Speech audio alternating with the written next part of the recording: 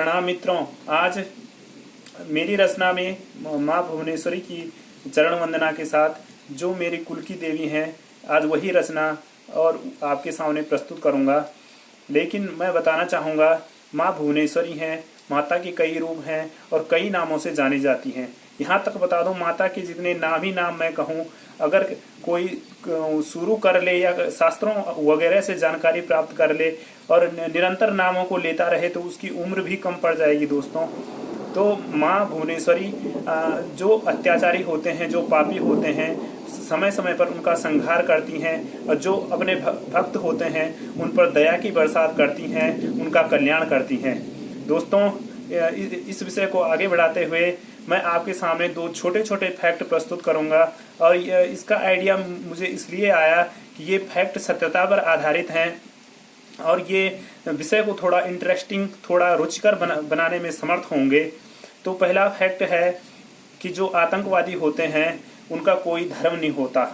माना दो चार बच्चों को शुरू से ही जब तक वो बोलना न जानता हो तभी से इस प्रकार की परिस्थितियों में ले जाया जाए जहां उसे केवल ये समझाया जाए कि दूसरों को हानि पहुंचाना, दूसरों को कष्ट दिलाना ही तो दिलाने में ही भलाई होती है और उसी का हमें पुण्य मिलता है।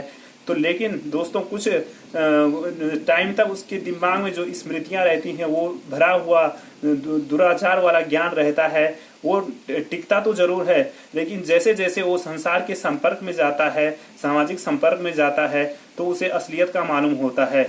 लेकिन वह मजबूर होता है कि उसके जो बड़े बड़े आका जो ऊपर बैठे हुए होते हैं, अगर वो ऐसा न करे तो उसे बहुत बड़ी यातनाएं दी जा सकती हैं। इसलिए उसे मजबूरन करना पड़ता है और फिर किसी किसी के दिमाग में तो वो विचार हावी हो जाते हैं और वो समाज के लिए खूंखार बनकर आतंकवाद, अराजकता, असामाजिक तत्वों की भांति व्यवहार करते हैं। लेकिन फिर भी ऐसा नहीं है कि उन्हें ज्ञान दिया जाए तो जिसने उन्हें ज्ञान दिया होगा तो भगवान या अल्लाह जो भी होगा वो उन्हें माफ कर देगा कि तुम्हें ज्ञान इस चीज़ का मिला था। जिसने ज्ञान दिया था वो तो बड़े दुख का भागी बनेगा ही, बड़े पाप कर्मों का भागी बनेगा ही। जन्नत में तो सोचेगा भी नहीं, जहन्नुम में भी जगह नहीं होगी। लेकिन तब जब इनमें से कोई पकड़ा जाता है और उसे फांसी की सजा हो जाती है, माना कईयों को हुई है हमारे भारतवर्ष में, अजमल कसाब हुए और एक दो और भी हैं। तो जिस आदमी को ये पता हो कि एक दो दिन बाद उस निश्चित तिथि का पता हो कि मेरी फांसी लगने वाली है, तो वो तिल तिल कर मरेगा। जिस व्यक्ति को माना हमें ही पता ये लगे कि उस डेट को हमारे मृत्यु निश्चित है, तो हमारा जीना हराम हो जाएगा। बड़े बड़ों का तो खैर होश उड़ जाता है। नंबर एक ये था। नंबर दो पे है, आपने कभी महसूस किया होगा कि कभी कभी हमारे दिमाग में ऐसी स्मृतियां झंकृत हो जाती हैं, स्मृतियां या यादें कहें, कि हमें लगता है कि हमारा पुराना बचपन लौट रहा है और हमें उसी प्रकार का जो एक तरीके से मैं इमोशन ही बोलूँगा, इमोशन सा अंदर उतर जाता है, उस प्रकार की फीलिंग हमारे अंदर बैठ जाती है। तो इसका एक मेन वजह मैं आपको बताऊंगा। जैसे आपने सुना होगा कि बारिश का मौसम तो नहीं है, लेकिन अचानक से बारिश हो जाए, बाहर थोड़ा सा गर्मी बढ़ी हो, अचानक से बारिश हो जाए, धूल भी ऐसी छितरी हुई हो कि कई दिनों से बारिश न हो और वो थोड़ा गीली न हो और उड़ने के उसमें हो, थोड़ा आंधी चले तो वो उड़ जाए। तो अगर उसमें थोड़ा बारिश पड़े तो उसे कहते हैं एक सौंधी सौंधी सी खुशबू माटी की चलने लगती है। तो ऐसा हमारे जब से हम पैदा होते हैं तब से, बचपन से लेकर अंत समय तक ऐसा होता रहता है। भले ही मैं आपको एक चीज़ और बताऊं, जैसे जैसे हम आगे बढ़ रहे हैं, जैसे जैसे ये कालचक्र में जो घटित घटनाएं हैं, इनकी विभीषिका, जैसे कोरोना वगैरह हुआ, खैर वो तो एक तरफ है, धीरे धीरे वातावरण में जो प्रदूषण वगैरह बढ़ रहा है, तो माना हम उस चीज़ को 10 वर्ष में महसूस करते हैं कि वो फीलिंग हमारे अंदर आ जाती है और उसका एहसास हमें कुछ जुदा ही होता है, कुछ अलग ही होता है। तो उसके 20 बरस बीत जाने के बाद अर्थात हमारे 30वें साल में प्रवेश करने के बाद पुनः अगर वो स्थिति बनी तो हमारी यादें फिर से झंकृत हो जाती हैं, हमारी फीलिंग फिर से वही लौट आती हैं। लेकिन उसमें थोड़ा चेंज रहता है, इसलिए भी कालचक्र जैसे आगे आगे बढ़ता है, हर एक चीज़ में थोड़ा ना थोड़ा परिवर्तन हो ही जाता है। वैसे भी आजकल जो प्रकृति से छेड़छाड़ हो रही है वो हमें काफ़ी नुकसानदायक सिद्ध हो रही है। तो दोस्तों एक बात और, जैसे मैंने आपको बताया कि ये आर्टिकल टाइप के तथ्य हैं, और आर्टिकल तभी आगे सक्सेस हो पाते हैं जब वो इनोवेशन से भरे हों, अर्थात नूतन हो, नवीनता से भरे हों और पहले कभी न सुने गए हों न कभी लिखे गए हों। लेकिन मैं कोशिश करूंगा कि ये नूतन ही हों, नवीन ही हों, और अगर संयोग से कहीं मेल कर जाए तो वो अलग बात है। इसलिए मैं आपको ये भी बताना चाहूँगा, मैं एफर्ट हर एक चीज़ के लिए करता रहता हूँ। मैं अपने को मानता हूँ कि मैं बहुआयामी प्रतिभा का धनी हूँ, मल्टी टैलेंटेड हूँ, लेकिन इसमें मुझे गर्व होता है, घमंड अहंकार मुझे बिल्कुल भी नहीं होता। इसलिए मैं आर्टिकल ही लेके चलता हूँ। जैसे आर्टिकल में ही स्पिरिचुअल मैटर होता है, अर्थात आध्यात्मिक तथ्य, मोटिवेशनल फैक्ट्स, प्रेरक तथ्य और साइंटिफिक फैक्ट्स, वैज्ञानिक तथ्य, और भी कई हैं, मुझे ध्यान नहीं आ रहा। तो इन पर आधारित फैक्ट भी या आर्टिकल मैं आपको पेश करता रहूँगा।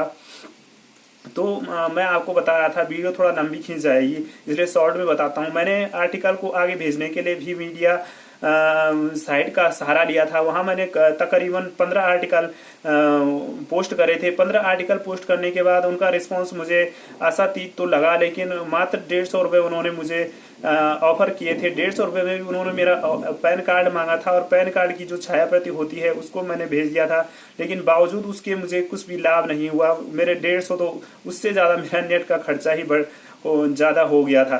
खैर कोई नहीं, अगर उसमें भी किसी का कल्याण हो तो वो बेहतर है। और इसके साथ साथ मैं आपको बताना चाहूँगा, जो ये आर्टिकल होते हैं यदि ये नए होते हैं तो इसको नेट पे डाला जाता है, माना किसी ने उस बारे में सर्च किया तो उसे तुरंत मिल जाते हैं।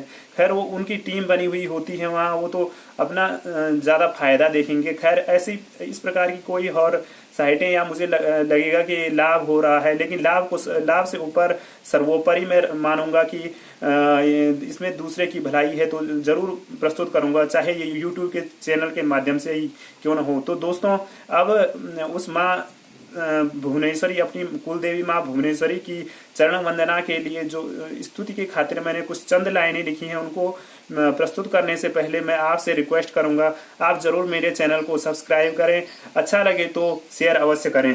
तो मित्रों, माँ भुवनेश्वरी की चरणों में वंदना करने के पश्चात, प्रणाम करने के पश्चात मैं ये लाइन शुरू कर रहा हूँ। हे मेरी माँ भुवनेश्वरी, कुल की मेरी भवानी छे। हे मेरी माँ भुवनेश्वरी, कुल की मेरी भवानी छे।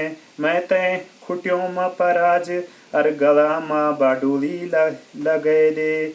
हे मेरी माँ भुवनेश्वरी, तू मेरा कुल की भवानी छे। मैं तय खुटियों माँ पराज, अर गला माँ बाडोली लगे दे। जन्म जन्म का चक्कर ए चक्कर माँ भटकुणु छो। द्वार मुक्ति का खोली परम शांति प्रकाश, मेरी आत्मा की जोत माँ भरी की मैं तय जगह दे। काम कर दूरों अनासक्त रो, तेरा बताया बाटा पर बढ़ी ऐथर जो। तू ही देव मनुजों की आराध्या सुरेश्वरी छे। भुवन का भुवन 14 भुवनों की तो स्वामिनी छे। भुवन का भुवन 14 भुवनों की तू भुवनेश्वरी माँ स्वामिनी छे। अब हम असहायों पर रहम कर, हमारी पुकार सुनी की। शांति संयम उल्लास और आनंद की कृपा हम पर बरखे दे। लाल वर्ण दिव्य प्रकाश सी भरी, जोनि को मुकुट माथा माँ सजी की। कनु दम दम और चम चम चमकुणु छा, त्रिनेत्र अर वरद मुद्रा छे। हे माँ तुम्हारी अंकुश पास अर अभय मुद्रा धारण करी छ। अपना भक्तु पर सदा मेहरबान छ। अरुण सी अंग कांति अर सौम्य रिद्धि सिद्धि की दाता, अनंत कोटि ब्रह्मांड रूप धन्य माँ समर्थ हे माता। तू अपना भक्तों का हृदय माँ सदा वास करी रे। भुवन का भुवन तू हे माँ 14 भुवन की माँ भुवनेश्वरी छै। दुर्गम राक्षस को अत्याचार सी वह की तू है कि जब सुर अर ब्राह्मणों सुमिरी तू खुश भैक प्रगट भैगे। तब त्वय नेत्र नेत्र खोली सरिता सागर अनाज अर औषधि अपनी अश्रुधारा से सिंचगी पाणिन सिंचगी सब कुपोषण भरण कर दीनी। दुर्गम मासुर सी जब त्वने युद्ध कर वै की सदगति करी। विविधा वै की अपहृद देव देवताओं तय वेद सौंपेगी। जब देव अर मनुजों की पुकार सुनी तू प्रकट भैगे। प्रदीप विजृंभण विलोचन का शब्दों माँ कोई ताकत जनो नीछा पर कृपा दृष्टि माँ रखी। जन्म जन्म तक अतिशय कृपा माँ मैं भुवन का भुवन तू स्वामिनी की है माँ भुवनेश्वरी तू ही छै। दोस्तों ये जो मैंने भजन प्रस्तुत करा इसमें मैंने पूर्ण रूप से सत्यता का आश्रय लिया है, इसलिए इसमें तुकबंदी ढंग से नहीं हो पाई है। लेकिन इसको माँ भुवनेश्वरी का आशीर्वाद समक्ष अगर इसमें मेरी कोई त्रुटियां हो गई हों कि क्योंकि पढ़ते हुए मैंने स्वयं महसूस किया त्रुटियां तुकबंदी और छंद लय में आ रही हैं, लेकिन भजन पूरा सत्यता पर आधारित है। और जितना मैं महिमा का वर्णन कुछ शब्दों को घेरे हुए कुछ शब्दों को निचोड़ लेते हुए उनका सार रूप में मैंने आपको प्रस्तुत करा है। आपको जैसे भी लगे आप क्रिया प्रतिक्रिया अवश्य देंगे। धन्यवाद। प्रणाम मित्रों।